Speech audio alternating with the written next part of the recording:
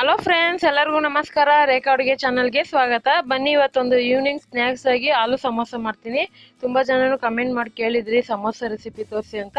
So ನನಗೆ ಗೊತ್ತಿರೋ ಹಾಗೆ ನಾನು ಸಿಂಪಲಾಗಿ ಮಾಡೋದು ತೋರಿಸ್ತೀನಿ. ಇದು ಮಕ್ಕಳಿಗೆ ದೊಡ್ಡವ್ರಿಗೆ ಎಲ್ಲರಿಗೂ ಇಷ್ಟವಾಗೋಂಥ ರೆಸಿಪಿ. ನಾವು ಯಾವಾಗ ಬೇಕೋ ಅವಾಗ ಮಾಡ್ಕೊಂಡು ತಿನ್ಬೋದು. ಇದು ಹೇಗೆ ಮಾಡೋದು, ಇದಕ್ಕೆ ಬೇಕಾಗೋ ಇಂಗ್ರೀಡಿಯೆಂಟ್ಸ್ ನೋಡೋಣ. ಇಲ್ಲಿ ಒಂದು 1/4 kg ಆಗೋಷ್ಟು ಮೈದಾ ಹಿಟ್ಟು ತಗೊಂಡಿದ್ದೀನಿ. ಅದನ್ನು ಜಲ್ದಿ ಹಿಡಿದಿಟ್ಕೊಂಡಿದ್ದೀನಿ. ಒಂದು 150 ಗ್ರಾಮ್ ಆಗೋಷ್ಟು ಆಲೂಗಡ್ಡೆನ ಕುಕ್ಕರಲ್ಲಿ ಸ್ವಲ್ಪ ನೀರು ಹಾಕಿ ಉಪ್ಪು ಹಾಕಿ ಒಂದು 2 ವಿಸಿಲ್ ಕೂಗಿಸ್ಕೊಂಡು ಸಿಪ್ಪೆ ತೆಗೆದಿಟ್ಕೊಂಡಿದ್ದೀನಿ. ಒಂದು 2 ಈರುಳ್ಳಿ ಚಿಕ್ಕ ಚಿಕ್ಕದಾಗಿ ಕಟ್ ಮಾಡಿ ಇಟ್ಕೊಂಡಿದ್ದೀನಿ. ಒಂದು 1/4 ಕಪ್ ಆಗೋಷ್ಟು ಕೊತ್ತಂಬರಿ ಕಟ್ ಮಾಡಿ ಇಟ್ಕೊಂಡಿದ್ದೀನಿ. ಒಂದು ಹಸಿರು ಮೆಣಸಿನ್ಕಾಯಿನ ಚಿಕ್ಕ ಚಿಕ್ಕದಾಗಿ ಕಟ್ ಮಾಡಿ ಇಟ್ಕೊಂಡಿದ್ದೀನಿ. ಜೀರಿಗೆ ಒಂದು ಅರ್ಧ ಟೀ ಸ್ಪೂನ್ ಆಗೋಷ್ಟು ತಗೊಂಡಿದ್ದೀನಿ. 1 ಇಂಚು ಶುಂಠಿನ ಚಿಕ್ಕ ಚಿಕ್ಕದಾಗಿ ಕಟ್ ಮಾಡಿ ಇಟ್ಕೊಂಡಿದ್ದೀನಿ. ಮತ್ತು ಒಂದು ಅರ್ಧ ಟೀ ಸ್ಪೂನ್ ಆಗೋಷ್ಟು ಧನಿಯಾ ಪೌಡರು, ಒಂದು 1/4 ಟೀ ಸ್ಪೂನ್ ಆಗೋಷ್ಟು ಚಾಟ್ ಮಸಾಲ, ಒಂದು 1/4 ಟೀ ಸ್ಪೂನ್ ಆಗೋಷ್ಟು ಅರಿಶಿನ, ಒಂದು ಅರ್ಧ ಟೀ ಸ್ಪೂನ್ ಆಗೋಷ್ಟು ಗರಂ ಮಸಾಲ, ಒಂದು ಅರ್ಧ ಟೀ ಸ್ಪೂನ್ ಆಗೋಷ್ಟು ರೆಡ್ ಚಿಲ್ಲಿ ಪೌಡರ್ ತಗೊಂಡಿದ್ದೀನಿ. ಮತ್ತು ಒಂದು ಅರ್ಧ ಟೀ ಸ್ಪೂನ್ ಆಗೋಷ್ಟು ಓಮ್ ಕಾಳು, ಸೊ ಚಕ್ಲಿಗೆ ಹಾಕ್ತಾರಲ್ಲ ಅದೇ ಓಮ್ ಕಾಳು, ಒಂದು ಅರ್ಧ ನಿಂಬೆಹಣ್ಣು ತಗೊಂಡಿದ್ದೀನಿ. ಒಂದು ಅರ್ಧ ಕಪ್ ಆಗೋಷ್ಟು ಹಸಿ ಬಟಾಣಿ ತಗೊಂಡಿದ್ದೀನಿ. ಇದ್ರೆ ಹಾಕಿ, ಇಲ್ಲಾಂದರೆ ಪರವಾಗಿಲ್ಲ. ಮತ್ತು ಹಿಟ್ಟು ಕಲಸಾಕಿದೆ ಒಂದು 2 ಟೇಬಲ್ ಸ್ಪೂನ್ ತುಪ್ಪ, ರುಚಿಗೆ ತಕ್ಕಷ್ಟು ಉಪ್ಪು, ಮತ್ತು ಮಾಡೋದಕ್ಕೆ ಎಣ್ಣೆ. ಈಗ ಹೇಗೆ ಮಾಡೋದಂತ ನೋಡೋಣ ಬನ್ನಿ. ಈಗ ಒಂದು ಪಾತ್ರೆ ಇಟ್ಕೊಂಡು ಅದಕ್ಕೆ ಮೈದಾ ಹಿಟ್ಟು ಹಾಕ್ಕೊತಾ ಇದ್ದೀನಿ. ಸೊ ನೀವು ಮೈದಾ ಹಿಟ್ಟಲ್ಲೇ ಮಾಡ್ಬೇಕಂತೇನಿಲ್ಲ, ಬೇಕಂದರೆ ಗೋಧಿ ಹಿಟ್ಟಲ್ಲಿ ಕೂಡ ಮಾಡ್ಕೋಬೋದು ಇಷ್ಟಪಡೋರಾದರೆ.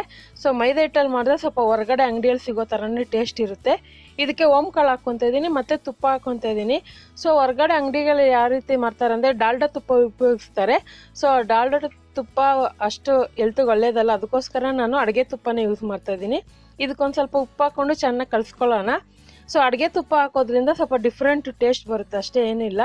ಈಗ ಇದಕ್ಕೆ ಸ್ವಲ್ಪನೇ ನೀರು ಹಾಕ್ಕೊಂಡು ಒಂದು ಚಪಾತಿ ಹಿಟ್ಟಿನ ಅದಕ್ಕೆ ಕಲಿಸ್ಕೊಳ್ಳೋಣ. ಸ್ವಲ್ಪ ಸಾಫ್ಟಾಗಿ ಕಲಿಸ್ಕೊಳ್ಳೋಣ. ಇದನ್ನು ಸ್ವಲ್ಪ ಗಟ್ಟಿಯಾಗಿ ಕಲ್ಸೋಕೆ ಹೋಗಬೇಡಿ. ಗಟ್ಟಿಯಾಗಿ ಕಲಿಸಿದ್ರೆ ತಿನ್ನೋಕೆ ಅಷ್ಟು ಚೆನ್ನಾಗಿರಲ್ಲ, ಒಂಥರ ಜಾಸ್ತಿ ಹೊರಟು ಬಂದ್ಬಿಡುತ್ತೆ ಹಿಟ್ಟು. ಸ್ವಲ್ಪ ಸಾಫ್ಟಾಗಿ ಕಲಿಸ್ಕೊಳ್ಳಿ. ಮತ್ತು ಓಮ್ ಕಾಳು ಹಾಕ್ಲೇಬೇಕಂತೇನಿಲ್ಲ, ಹಾಕಿದ್ರೆ ಚೆನ್ನಾಗಿರುತ್ತೆ ಫ್ಲೇವರು. ಸೊ ತಿಂದರೆ ಕೂಡ ಚೆನ್ನಾಗಿ ಜೀರ್ಣಶಕ್ತಿ ಆಗುತ್ತೆ. ಈಗ ನೋಡ್ತಾ ಇರ್ಬೋದು ಸಾಫ್ಟಾಗಿ ಕಲಸಿಟ್ಕೊಂಡಿದ್ದೀನಿ. ಮತ್ತು ಇದು ಒಣಗದೇ ಇರೋ ಹಾಗೆ ಒಂದು ಸ್ವಲ್ಪ ಎಣ್ಣೆ ಹಾಕ್ಕೊತಾ ಇದ್ದೀನಿ. ಎಣ್ಣೆ ಹಾಕಿ ಈ ಥರ ಹಚ್ಚಿಬಿಟ್ಟು ಏನಿಲ್ಲ ಅಂದರೆ ಒಂದು 15 ನಿಮಿಷ ಬಿಡಬೇಕಾಗುತ್ತೆ, ಯಾಕಂದರೆ ಸ್ವಲ್ಪ ಸಾಫ್ಟ್ ಆಗಬೇಕು ಮೈದಾ ಹಿಟ್ಟು. ಸೊ ಇದನ್ನು ಒಂದು 15 ನಿಮಿಷ ಬಿಡೋಣ. ಅದೇ ಟೈಮ್ಗೆ ಈಗ ಪಲ್ಯ ಮಾಡ್ಕೊಳ್ಳೋಣ. ಸೊ ಆಲೂಗಡ್ಡೆ ಪಲ್ಯ, ಇದಕ್ಕೊಂದು 2 ಟೀ ಸ್ಪೂನ್ ಎಣ್ಣೆ ಹಾಕಿ ಒಂದು ಜೀರಿಗೆ ಮತ್ತು ಹಸಿಮೆಣ್ಸಿನ್ಕಾಯಿ ಎಲ್ಲ ಹಾಕ್ಕೊತಾ ಇದ್ದೀನಿ. ಮತ್ತು ಶುಂಠಿ ಹಾಕ್ಕೊತಾ ಇದ್ದೀನಿ. ಶುಂಠಿನ ಆದಷ್ಟು ಮಕ್ಕಳಿಗೆ, ಚಿಕ್ಕ ಚಿಕ್ಕ ಮಕ್ಕಳಿಗೆ ಉಪಯೋಗಿಸಿ, ಯಾಕಂದರೆ ಮಕ್ಕಳು ಊಟ ಮಾಡಲ್ವಲ್ಲ. ಶುಂಠಿ ತಿನ್ನೋದ್ರಿಂದ ತುಂಬ ಹೊಟ್ಟೆ ಹಸಿವು ಕೂಡ ಜಾಸ್ತಿ ಆಗುತ್ತೆ. ಮತ್ತು ಹಸಿ ಬಟಾಣಿನೂ ಈರುಳ್ಳಿ ಹಾಕ್ಕೊತಾ ಇದ್ದೀನಿ. ಬಟಾಣಿ ಇದ್ದರೆ ಹಾಕ್ಕೊಳ್ಳಿ, ಇಲ್ಲಾಂದರೆ ಪರವಾಗಿಲ್ಲ. ಸೊ ಹಾಕ್ಲೇಬೇಕಂತೇನಿಲ್ಲ.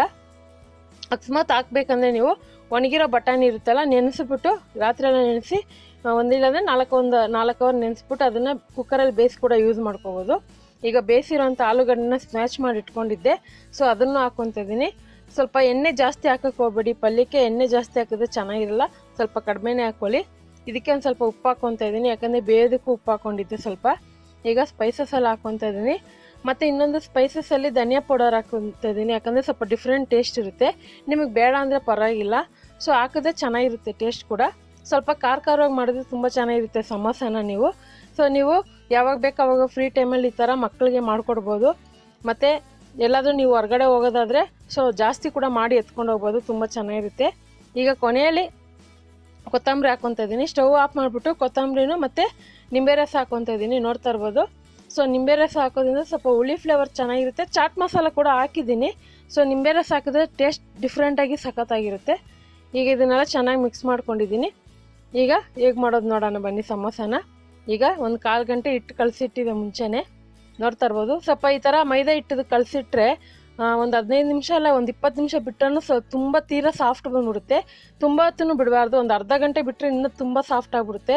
ನೀವೇನಾದರೂ ಲಟ್ಸೋಕೆ ಹೋದರೆ ಅದು ಒಂಥರ ತೆಳ್ಳಗೆ ಬಂದ್ಬಿಡುತ್ತೆ, ಚೆನ್ನಾಗಿರಲ್ಲ. ಒಂದು ಮೀಡಿಯಮ್ ಪೂರಿ ಸೈಜ್ಗೆ ಹಿಟ್ಟನ್ನು ತಗೊಂಡಿದ್ದೀನಿ. ಇದ್ರ ಮೇಲೆ ಒಂದು ಸ್ವಲ್ಪ ಹಿಟ್ಟು ಉದುರಿಸ್ತಾ ಇದ್ದೀನಿ. ನೀವು ಬೇಕಂದರೆ ಎಣ್ಣೆ ಕೂಡ ಹಾಕ್ಕೊಂಡು ಲಟ್ಟಿಸ್ಕೋಬೋದು. ಸೊ ಹಿಟ್ಟು ಹಾಕೋದ್ರಿಂದ ಸ್ವಲ್ಪ ಕಳ್ಳಿಗೆ ಅಂಟ್ಕೊಳ್ಳಲ್ಲ, ಅದಕ್ಕೋಸ್ಕರನೇ. ಇವಾಗ ನೋಡ್ತಾ ಇರ್ಬೋದು, ಇದನ್ನು ರೌಂಡಾಗಿ ಲಟ್ಟಿಸ್ಕೋಬೋದು. ಇಲ್ಲಾಂದರೆ ನೋಡಿ ಈ ಥರ ನಾನು ಮೊಟ್ಟೆ ಶೇಪಲ್ಲಿ ಲಟ್ಟಿಸ್ಕೊತಾ ಇದ್ದೀನಿ. ಈ ಥರ ಶೇಪ್ ಮಾಡಿದ್ರೆ ಸಮೋಸೆಗೆ ಈಸಿ ಆಗುತ್ತೆ. ಸ್ಟಫಿಂಗ್ ಮಾಡಿ ಮುಚ್ಚೋದಕ್ಕೆ ಕೂಡ ಈಸಿ ಆಗುತ್ತೆ. ನೋಡ್ತಾ ಇರ್ಬೋದು, ಈ ಥರ ಮಧ್ಯೆ ಕಟ್ ಮಾಡಿ ಇಟ್ಕೊತಾ ಇದ್ದೀನಿ. ಈ ಥರ 2 ಭಾಗ ಮಾಡಿಕೊಂಡ್ರೆ 2 ಸಮೋಸ ಆಗುತ್ತೆ ಇದರಲ್ಲೇ. ಆಲ್ಮೋಸ್ಟ್ ನಾನು ಈರುಳ್ಳಿ ಸಮೋಸ ಕೂಡ ತೋರಿಸಿದ್ದೀನಿ ನಿಮಗೆ. ಇದು ಆಲೂಗಡ್ಡೆ ಸಮೋಸ. ಇದಕ್ಕೆ ನೋಡಿ ಈ ಸೈಡಲ್ಲಿ ಸ್ವಲ್ಪ ನೀರನ್ನ ಹಚ್ಕೊತಾ ಇದ್ದೀನಿ. ಜಾಸ್ತಿ ನೀರು ಬೇಕಾಗಿಲ್ಲ, ಒಂದು 2 ಹನಿ 3 ಹನಿ ನೀರು ಅದು ಸಾಕು. ಈಗ ಇದನ್ನು ಪ್ರೆಸ್ ಮಾಡ್ಕೊಳ್ಳೋಣ. ಅದು ಹಂಗೆ ಅಂಟ್ಕೊಬಿಡುತ್ತೆ, ಮೈದಾ ಹಿಟ್ಟು ನೀರು ಸೋಕಿದ ತಕ್ಷಣ ಅಂಟ್ಕೊಬಿಡುತ್ತೆ. ಈಗ ನೋಡಿ ಈ ಥರ ನಾನು ಯಾವ ಥರ ತೋರಿಸ್ತಾ ಇದ್ದೀನೋ ಅದೇ ರೀತಿ ನೀವು ಮಾಡ್ಕೋಬೇಕಾಗುತ್ತೆ. ಈಗ ಅದರೊಳಗೆ ಆಲೂಗಡ್ಡೆ ಸ್ಟಫಿಂಗ್ ಇಟ್ಬಿಟ್ಟು ಈ ಥರ ಫೋಲ್ಡ್ ಮಾಡ್ಕೊತಾ ಇದ್ದೀನಿ. ಶಂಕು ಟೈಪ್ ಇರಬೇಕು ಇದು ನೋಡೋದಕ್ಕೆ, ನೋಡ್ತಾ ಇರ್ಬೋದು. ತುಂಬ ಸಿಂಪಲ್ಲು. ನೀವು ಒಂದ್ಸರಿ ಟ್ರೈ ಮಾಡಿದ್ರೆ ಮತ್ತೆ ನಿಮಗೆ ಗೊತ್ತಾಗ್ಬಿಡುತ್ತೆ. ಇವಾಗ ಒಂದ್ಸರಿ ಏನಾದರೂ ಮಿಸ್ಟೇಕ್ ಆದ್ರೂ ನೆಕ್ಸ್ಟ್ ಟೈಮ್ಗೆ ನಿಮಗೆ ಅರ್ಥ ಆಗೋಗುತ್ತೆ. ಇವಾಗ ನೋಡಿ ಇದೇ ರೀತಿ ನಾನು ಒಂದು 4 ಮಾಡಿ ಇಟ್ಕೊಂಡಿದ್ದೀನಿ.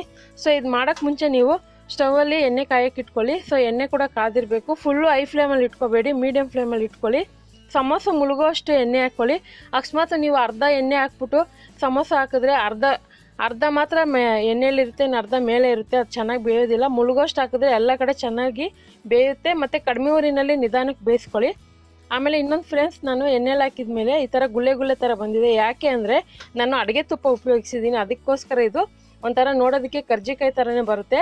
ಅದೇ ನೀವು ಡಾಲ್ಡಾ ತುಪ್ಪ ಉಪಯೋಗಿಸಿದ್ರೆ ಈ ಥರ ಗುಳ್ಳೆ ಬರಲ್ಲ. ಸೇಮ್ ಹೊರಗಡೆ ಅಂಗಡಿಯಲ್ಲಿ ಯಾವ ಥರ ಸಿಗುತ್ತೆ ಸಮೋಸ ಅದೇ ಥರನೇ ಮಾಡ್ಕೋಬೋದು. ಸೊ ಅಕಸ್ಮಾತ್ ನಿಮ್ಗೆ ಇಷ್ಟಪಡೋರಾದರೆ ಡಾಲ್ಡಾ ತುಪ್ಪ ಕೂಡ ಯೂಸ್ ಮಾಡ್ಕೋಬೋದು ಹಿಟ್ಟು ಕಲಿಸೋದಕ್ಕೆ. ಇಲ್ಲಾಂದರೆ ನ್ಯಾಚುರಲಿಗೆ ಮನೆಗೆ ತುಪ್ಪದಲ್ಲೇ ಮಾಡ್ಕೋಬೋದು.